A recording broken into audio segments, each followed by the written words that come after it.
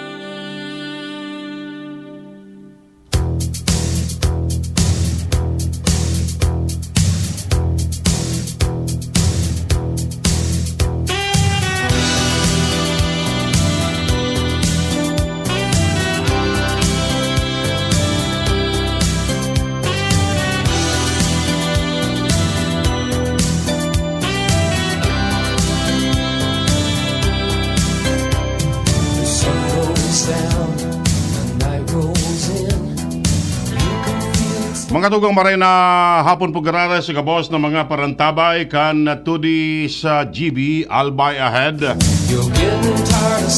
Sabado po ngunyan. Ang programang ini atod sendo sa karahayang buot kan opisina ni Albay 2nd District Congressman Joey Sarte Salceda. Mag-iriba-iba kita sa gudyan na alas 5 nin pagkahapon.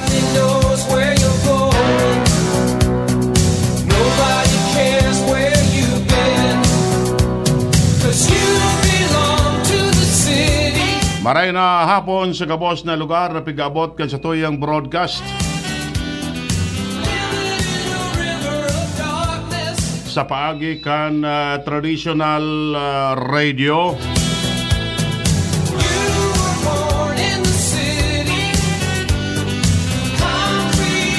So mga nakatutok man sa Facebook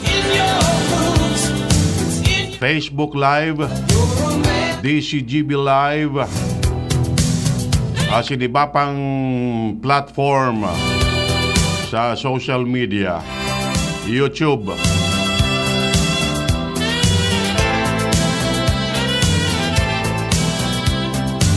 Ini po ang sendong amigo sa Radyo Edwin Peralta po. Magre-restorya lamang kita kung ano ang mga pangyayari digdi sa satuyang kapalibutan.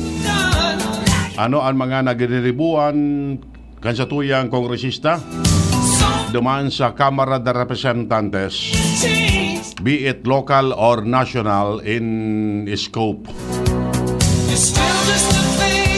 Sa lado technical, Ronald Baldo.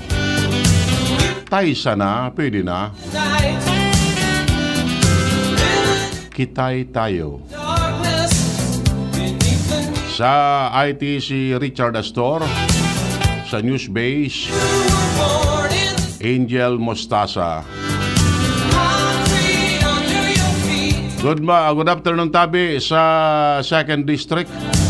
Legazpi, Daraga, Kamalig, Manito, Rapo-Rapo. And sa 1st District, Tiwi, Malinao, Tabaco City, Malilipot, Makakay, Santo Domingo. Sa 3rd District, Ginobatan, Ligao City, Owas, Pulangi, Libon, Piodoran, and Dovillar. And sa Gabos-Gabos, napigabot ka sa tuyang broadcast maray na hapon tabi sa Indogabos. Sana nasa maray kamong kamugtakan. Ultimong Sabado pa lang ngunyan kan July adi.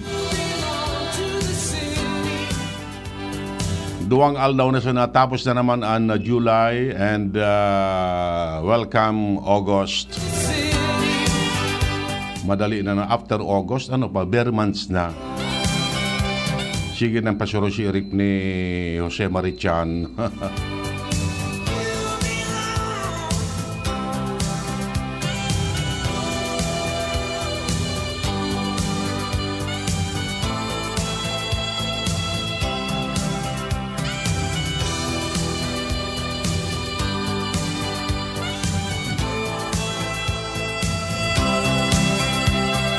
Bueno, so dire-diretso na po kitakan sa tuyang mga istorya digdi sa programang 2D sa GB Albay Ahead.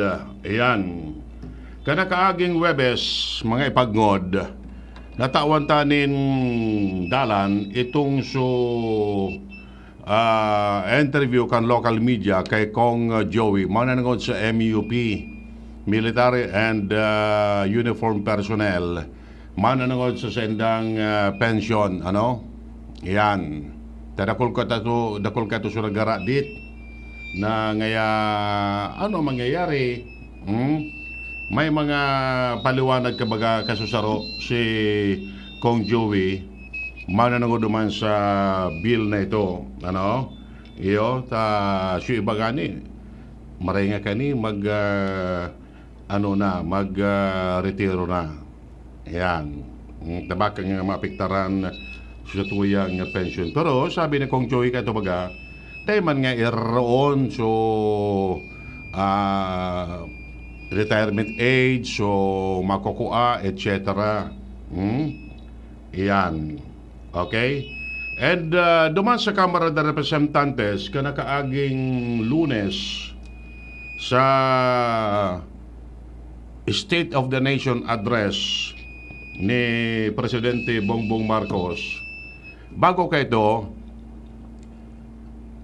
sona ni Marcos, nagkaigwa kay chance local media, with the national media, pero nainot sa local, na makipag-uron kay Kong Joey, kay Kong Saldico, kay Kong Jill Bungalon, kay Kong Pido, mananango sa mga bagay-bagay na pakikinabangan kan mga namamanuaan. And sa roduman, itong napirmahan na law ni Marcos, itong Agrarian Reform Emancipation Act. Yan. Ang makikinabang kanil sa mga farmer beneficiaries. Dakulao na tabang tabi ini sa mga aluyo ng iilamon, nag-asikaso nin mga kabasan, na bako maninda sa diri ang daga. Dakulong baga kitang mga tugang na nakikitanom sana sa daga for so many years na. And yet, sudaga na sendang pig-asikaso, bako maninda. Sa diri kan mga landlords. Pipa-asikaso, kung baga, ikasanaan tumatawo. May mga ururon iyan, ngaya 60-40 an share. 40% nga alimbawa sa paratanom, 60% sa tagsadiri. Kung ano man ang produce dyan. But ining Emancipation Act, dako lang tabang tabi ini sa mga nagtataranom. And naonabiyan duman na sa kadakol-dakol na mga beneficiary, kadakol man ng mga Bicolano and Albayano, ang makikinabang duman sa link ito. Iyo po. Okay. Danguguntaan pahayag ni Kong Joey, mananangod yan sa Agrarian Reform Emancipation Act. Yaon kay Richard and Bola. Benepisyo po nung yung Agrarian Emancipation Act is that out of the 605,000, 72,000 are indigo. So it is really favorable to the Bicol region, to our farmers. Kasi hindi na nila kailangan magbayad ng utang at pwede na nilang pwede nila may sangla para makabili sila ng mga equipment, ang magandang bini, ng fertilizer, kasi hindi sila makautang kasi dati na nakasangla sa land bank. So sa ngayon na wala na ho yung tatak sa likod, so pwede na naman nila ibenta, lalong-lalo na yung mga lupa na naipamigay na talagang dapat sa industriya na o sa residential. At kung yung dati yun, na mga utang yun, nag-average, yun ay nabili ng mga 50,000 lang. Ngayon, they're easily worth at least about 1 million per hectare. So, noon, hindi nila ma-liquify yun. Eh kung sabihin na natin binenta niya ng 1 million, sure naman ako yung 1 million, paggagamitan naman nila. Sa tama, pwede sila magnegosyo, pwede sa paggawa ng bahay. So, at least yung imbis na mayroon kang lupa na hindi mo naman nasasaka dahil wala kang kapital, kakaroon ka na ngayon ng cash, at least mga 1 million. Easily, yung batas na yun is worth about 672 billion in market, gross value added. Effectivity nung batas. Anong effectivity? Kailan magkakabisa? Actually, upon publication, pero IRR din lang kailangan. So, sa ngayon, lahat ng lupa ngayon na agrarian, ay ngayon, wala na ho sila matatak, wala na sila lahat ng utang. So,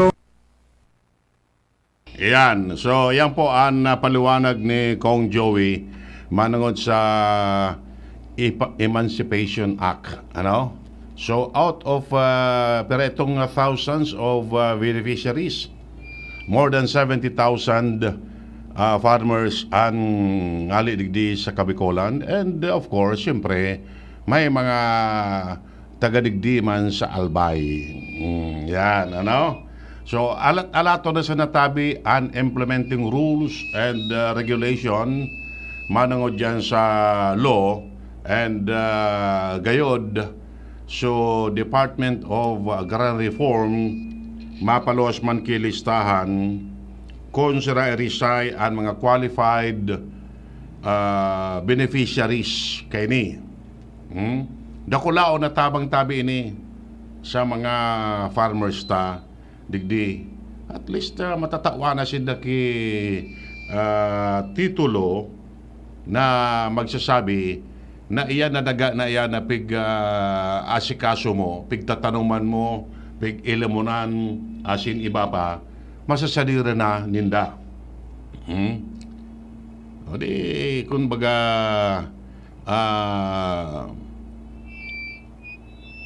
dakulang pakinabang tabi ini sa mga farmers nagururang na sa mga farmers, sige ang tanong ninda, sa bako maninda daga?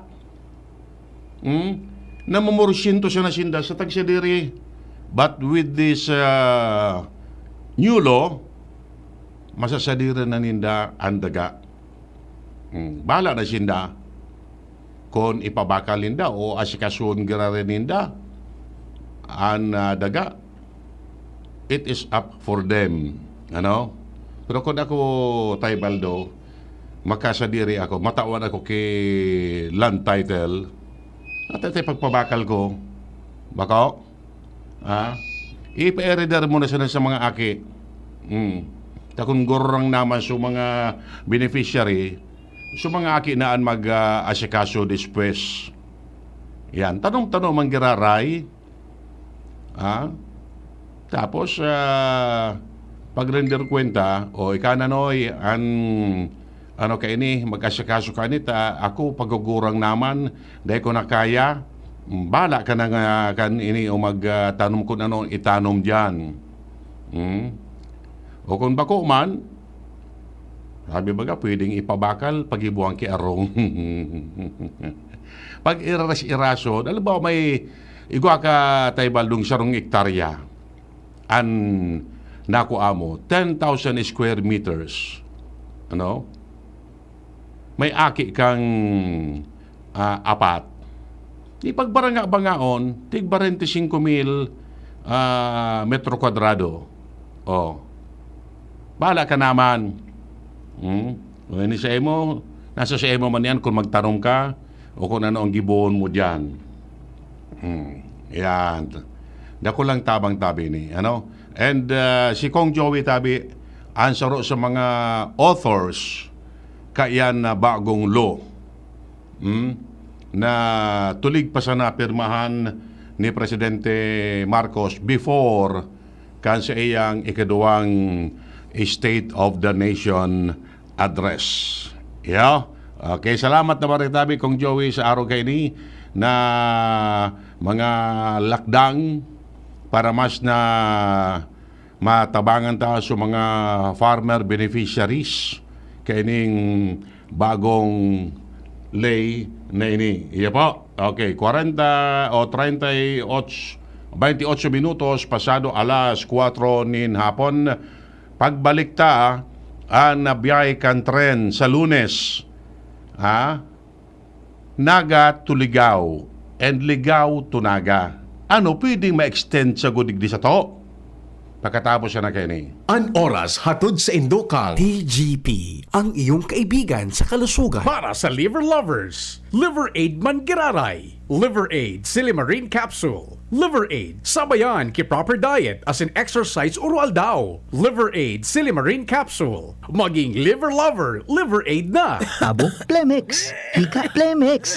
Plema, iluwas yan. Plemex Forte Lagundi Capsule as in syrup. Gibo sa natural na Lagundi. Plemex. Basta Lagundi. Plemex. Vitex Nagundo L is the generic name of Plemex Forte. If symptoms persist, consult your doctor. Tabo, Plemex. Hika, Plemex. Plema, iluwas yan. Plemex Forte Lagundi Capsule as in syrup. Gibo sa natural na Lagundi. Plemex. Basta Lagundi. Plemex. Vitex Nagundo L is the generic name of Plemex Forte. If symptoms persist, consult your doctor. Mga besh, marami ka na bang ginagamit na sabon o di ka makapili dahil sa dami ng mga sabon na pampakinis o pampaputi para lang gumanda ang kutis mo? Pakinggan natin ang mga nakasubok na sa Akoto Kojic Acid Soap with Collagen. Ako po si Rochelle Robles, taga Concepcion Grande, Naga City. Dati po, iba yung ginagamit ko. Ngayon, gumamit ako na Akoto Acid Soap, Collagen. Mas gumanda yung, yung skin ko. Dati, medyo brown. Ngayon, medyo nag-light-light na. Within 1 week, mas may nag-improve na sa skin ko. Kaya mga besh, subukan nyo! Within 7 days, mapapansin mo na ang epekto ng Akoto Kojic Acid Soap with Collagen. Mabibili na sa mga groceries at supermarket sa inyong lugar. Also available sa Shopee and Lazada. Minsan, nagutom si Scott. Junk food o pinggang Pinoy? Pinggang Pinoy! Minsan si Scott after work, inaya ng barkada, party o exercise. Exercise! Minsan yung pamangkin ni Scott, pababayaan walang bakuna o pababakunahan. Pababakunahan! Para katawan ay laging win, healthy habits ang sundin. Sarong pakiramdam, hale sa DOH Bicol CHD. Creamy Milk Tea Bar cater the cravings of the tea-happy generation. We serve our premium milk teas crafted with a traditional Taiwanese brewed tea, blended with our signature Japanese and authentic Asian flavors. Creamy Milk Tea Bar is the first 2D milk tea bar in the Philippines, giving our stores a 2D monochromatic black and white interior look. Very Instagrammable. Creamy Tea Bar, located at the ground floor of Ayala Malls, Legazpi. Come and visit us and enjoy the taste of our signature Japanese and authentic Asia tea flavors. Don't forget Kurimi 2D Milk Tea Bar, now at Ayala Malls, Legazpi. Sara Geronimo po para sa TGP. Di na mahihirapan, may maaasahan, may matatakbuhan, kaibigan sa kalusugan. TGP. Sa TGP, may affordable at maasahang gamot na malapit sa iyo. TGP, ang iyong kaibigan sa kalusugan.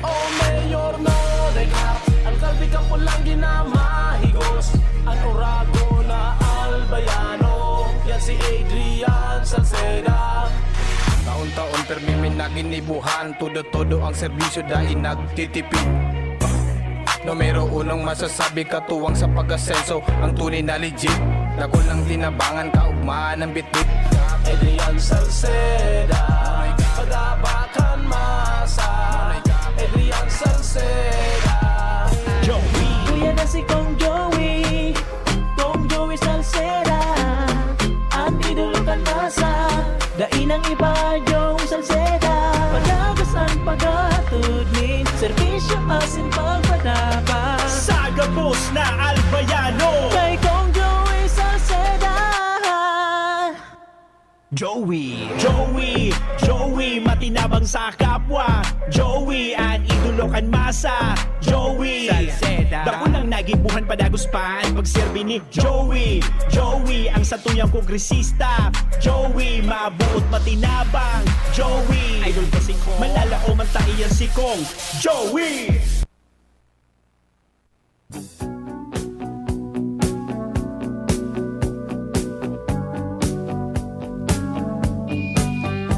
Bueno, mga tugang sa ikaduang kaptang kasutuyang programa tudi sa GB Albay Ahead.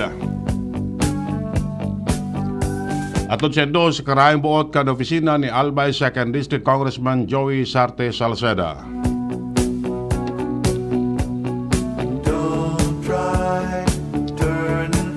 Sabi ko mga ipagngod, poon sa Lunes, Hulyo 31, mabiyay giraray ang train.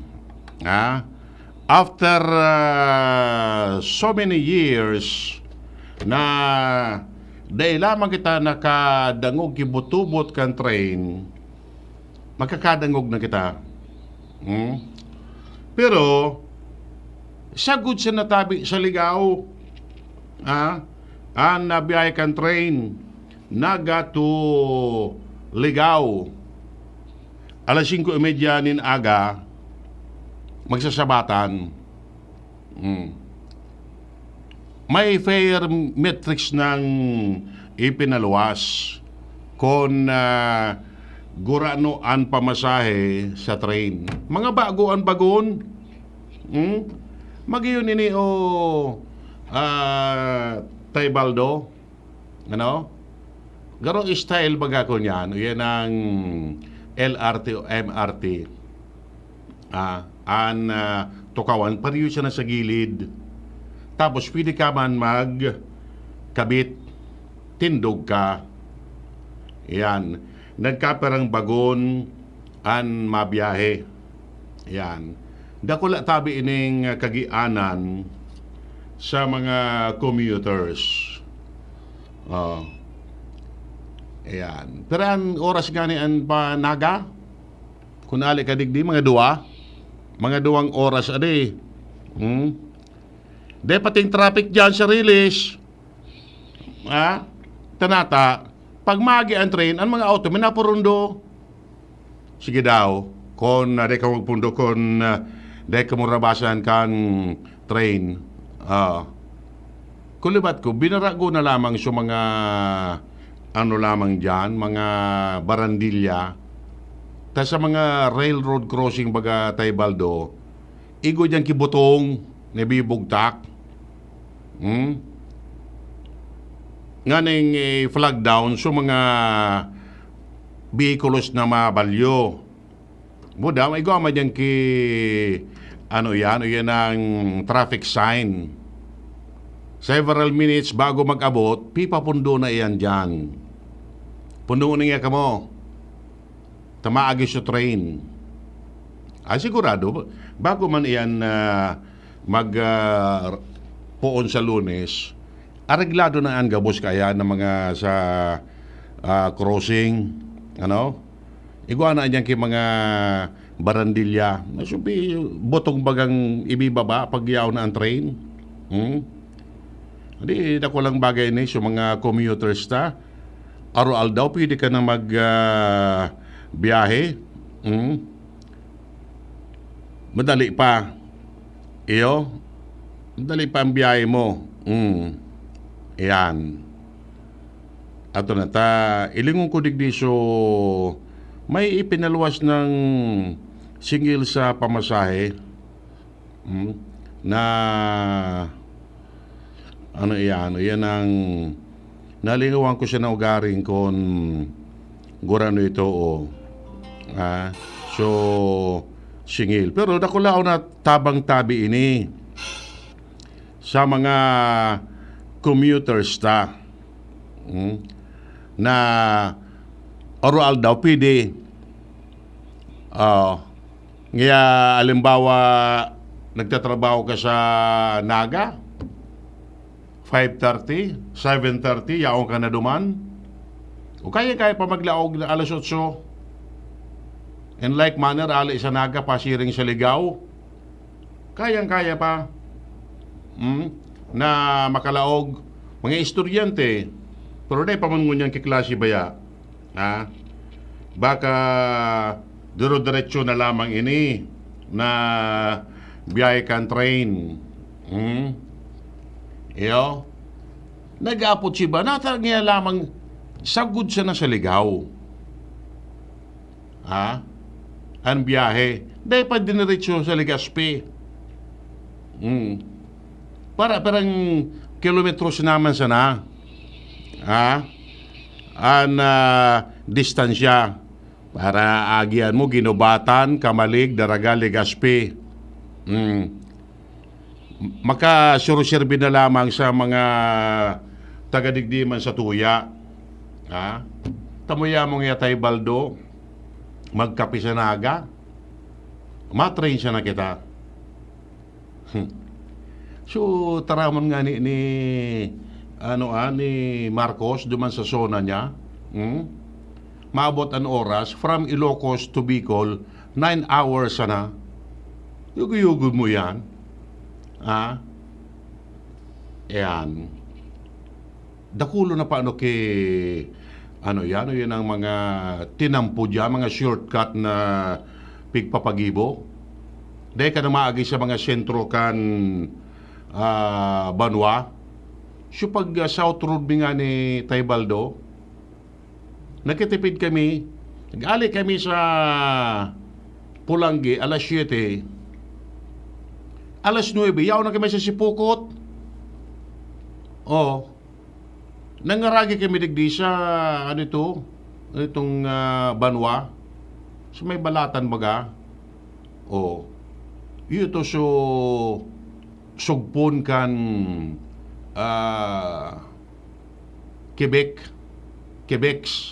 Quezon Bicol Expressway mga maiwason ang tinampo dyan nagduwas kami San Fernando na tipid na kung nag-agi pa kami sa Nabwa, Naga, Milaor pirang oras pa ito grabe pa ang traffic pag-abot naman sa Quezon shortcut naman kami kami mga bago dyan na mga tinampong binurokasan bako man hariyo sa posibilidad na pwede mananggad na from Ilocos to Bicol 9 na oras na sana okay balikan tatabi itong mananangod sa operasyon kan Philippine National Railways yan sabi nga ni bago ngaya ini mga yan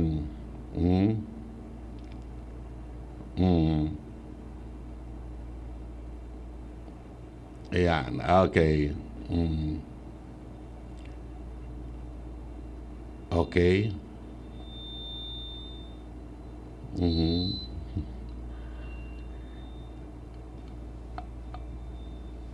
okay so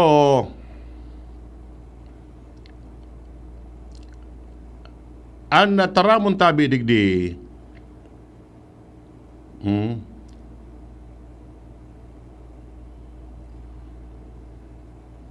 antaramang po digdi ni Kong Joey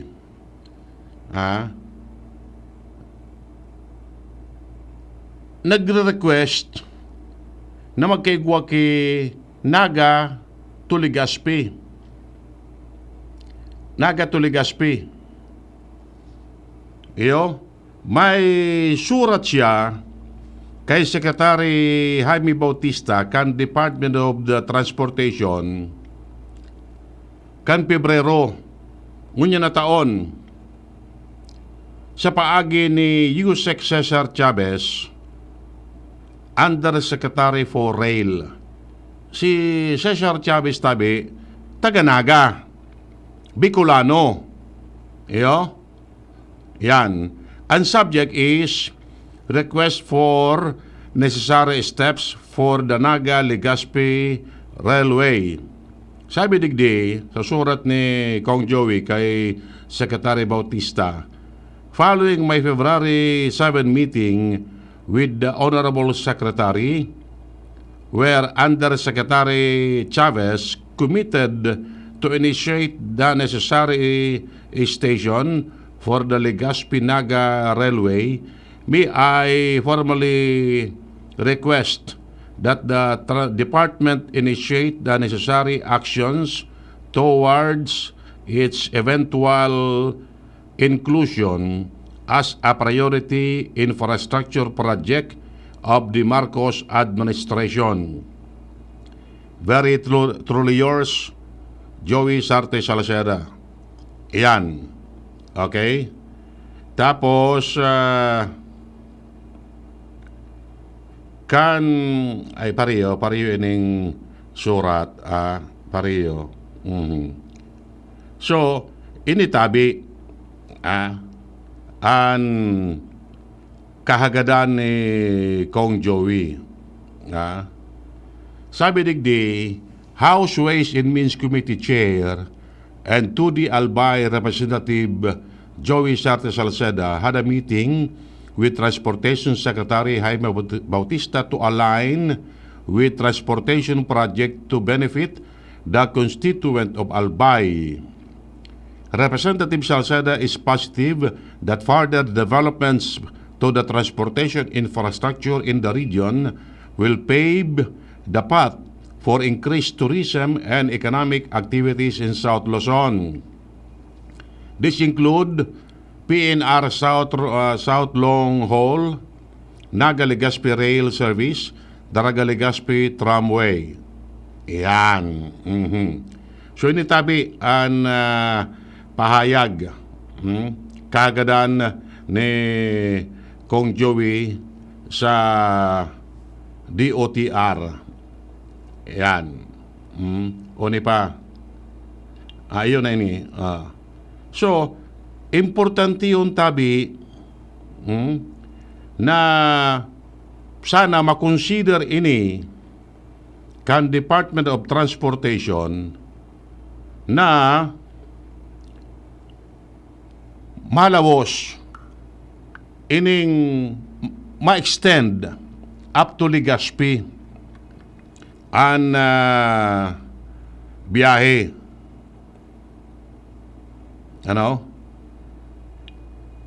Ang biyahe kan train.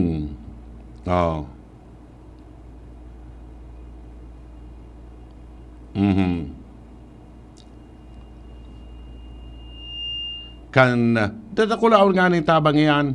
The last time na kita na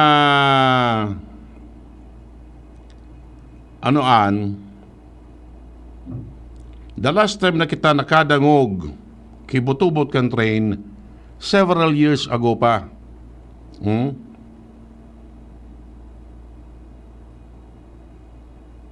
Iyo?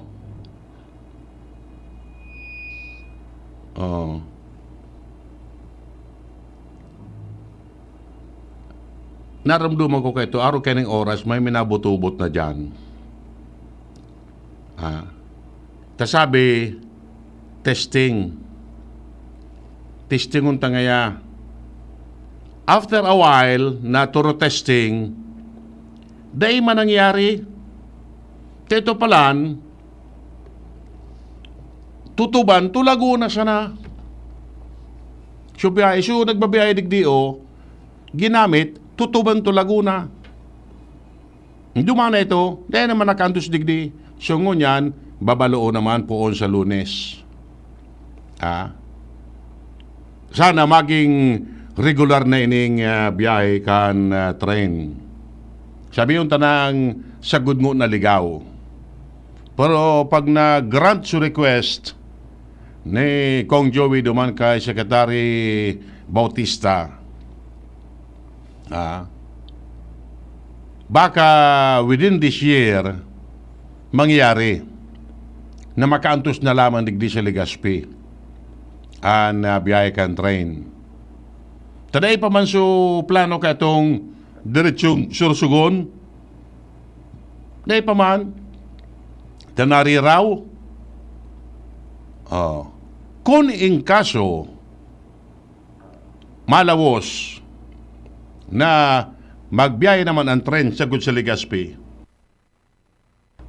dakol diyan ang maapektaran. Dakol ang maapektaran. Nataman ngaya mga home along the riles. Makiliring o na dyan. Sa dalan, sa riles. Mapakaray kan mga trabesa. Mapakaray kan mga railway mismo. Sa tulay, naaagian. Chichikon mo na yan. Alawig pang proseso. Iyo? Tararaot na. So iba, dahil na mga travesa, inarabas. Puro tulso release. Tabaka ginibo ng sundang. Buda, ralapa na talaga so iba. Kaya po napakarayon. Karalidahan. At the same time, so clearing, mag-ibong. Pero ang sukul ka yan, from the center line, perang metros, kung iilingon ta, nasa nga na, kan release, so mga balkon o kusina, kan mga harong. Tatarabasan na yan pag-abot kan oras. Tatarabasan na yan aagian kan train. Problema na naman yan Tabaka siya iba dyan, maagad ki damage. Kung isipon, may mga violations yung ibang mga nag-restart dyan isi ng release ng kan train, pinaturudo ka nindo kitindahan, kay arong. O paano padagi makaagi ang train? Sigurado yan. Duro ko ito na baga sa release. Kasusaro, nag-agi kami dyan, di ba tayo baldo sa sa Washington. Nag-agi kami dyan sa Washington, sa Barangay 16, gilid ka na release. Balda kami duman sa Ibong. Arayak pito ng maray. At araraniw na nga ni sa release. May catwalk man na pwede makaagi ang tricycle o motor. Pero auto, control na ko lang sa sakiton. Pigilin ko sa mga release. Ralapa na. Masalida. Pero once na mapakaray iyan tabi, mapakaray iyan na release from Ligao to Legazpi, hopefully makaabot na digdi sa tuya. Sabi ta nga ni railway, kung baga iyo an 4 months means of transportation. Barato diyan. Barato ang singil sa pamasahe kumpara sa mga eroplano or sa bus. Naski sabi yung tapang medyo oro atraso man ta iba man ang dalan baganinda kaysa sa dalan kan sa auto ngunyan sa mga bus ngunyan may mga shortcut na kaya medyo ano yan oro arani madali na biyahe kumpara sa train today man mga shortcut sa train nangangaragi bagay sa bulod o sa mga gilid pero safe ka man tayo man ang mga iba-ibang division, economy, deluxe, tapos aircon, iba man sindang sarong bagon o duwang bagon, depende, para sa mga bagahe. Takitukan panahon, mapaktura ka ngaya.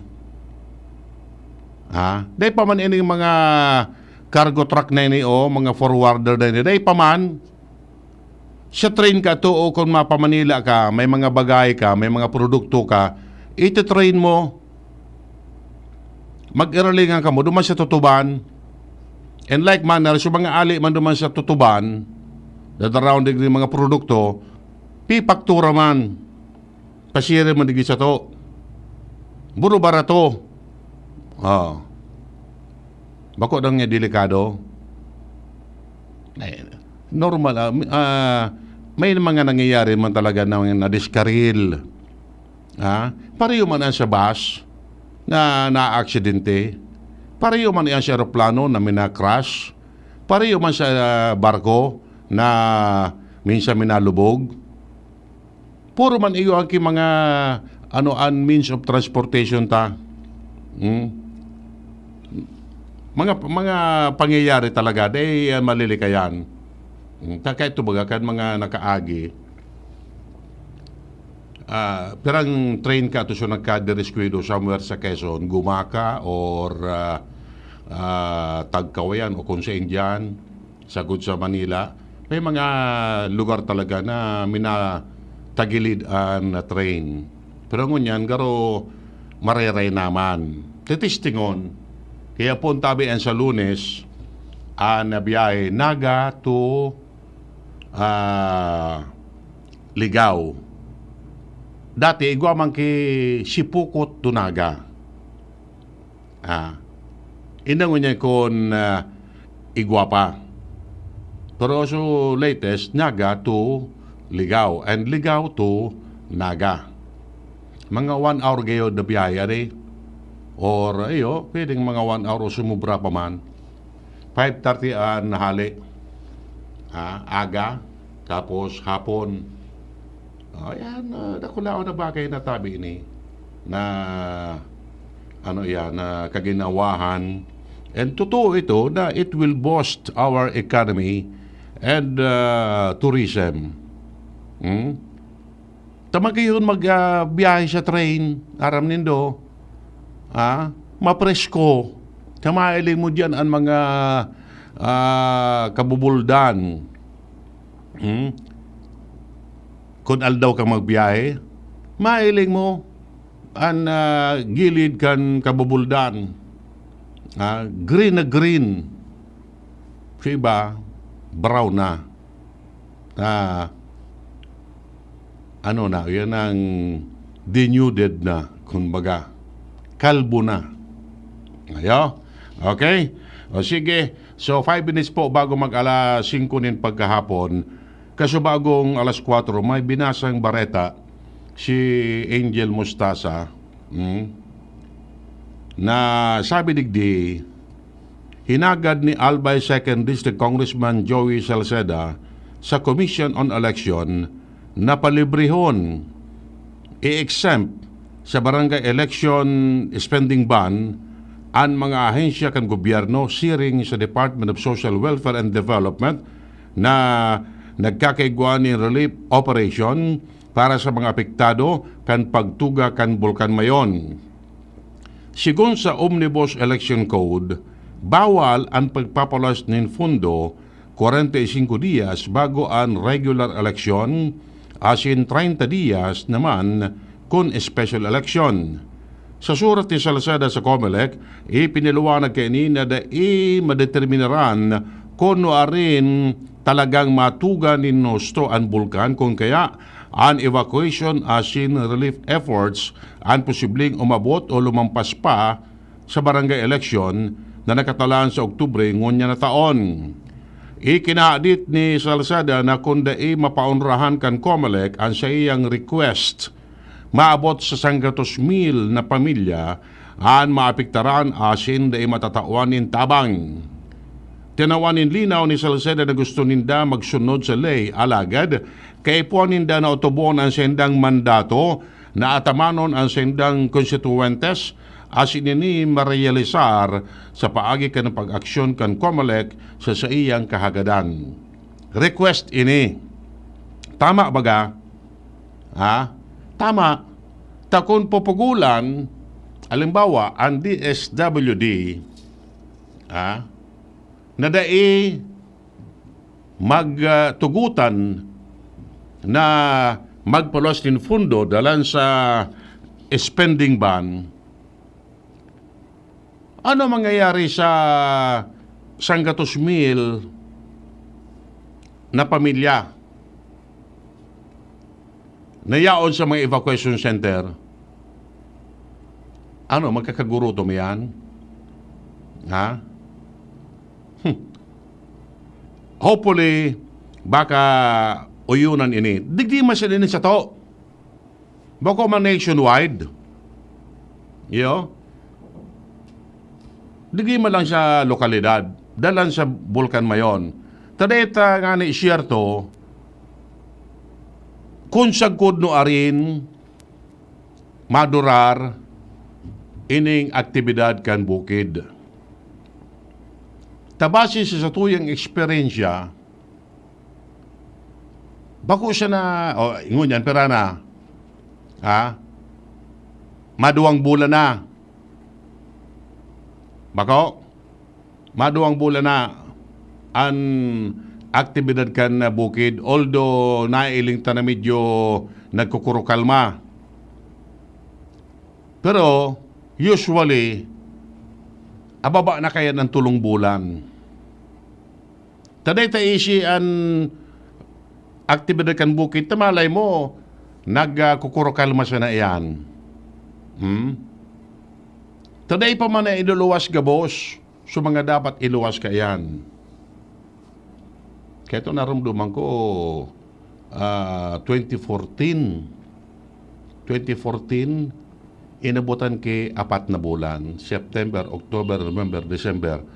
Tamala nga ni, nagkaigwa pa kay New Year's Eve sa evacuation center bago pigdi camp. Ngunyan, paduduwang bulan pa sana. Ha? Noaren ang eleksyon, Oktubre, August, September. Pwedeng abuton kung, alimbawa, dahil pa mag-ulmong ang Bulkan Mayon. Kung alimbawa, babawalan. Babawalan. Dalanta sa spending ban. O di, paano? Paano sa relief operation? Irakman kan mga tao. Bako? Iyo pa ganin, sarap papalan ganin na dapat isipon ta. Kung alimbawa aboton kan election period sa evacuation center sa mga residentes. Diyan na sinda sa evacuation center magboroto. Kada mas hindi pwedeng mag-oruli sa arong ninda, sa lugar ninda para magboto duman. Ito may may threat pa, may patakot pa ang bukid. Malamang sa evacuation center. Bako? Sana day man. Pero dito pa man masiguro kung ibababa na ayan na alert level sa bukid or stay put siya na. Yo? Okay? So sana i-grant ining request ni Kong Joey sa Commission on Election.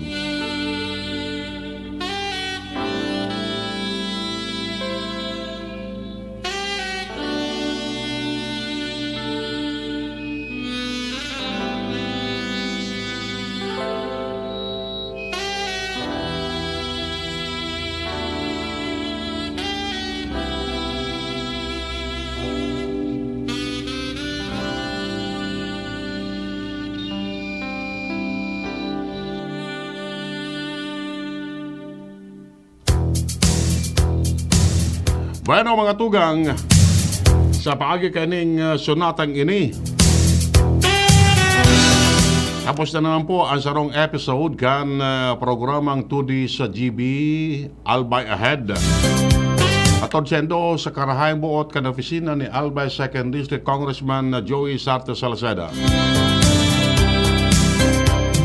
Sa pag-arakan mga pag-iribat na dyan sa lado technical si Ronald Baldo.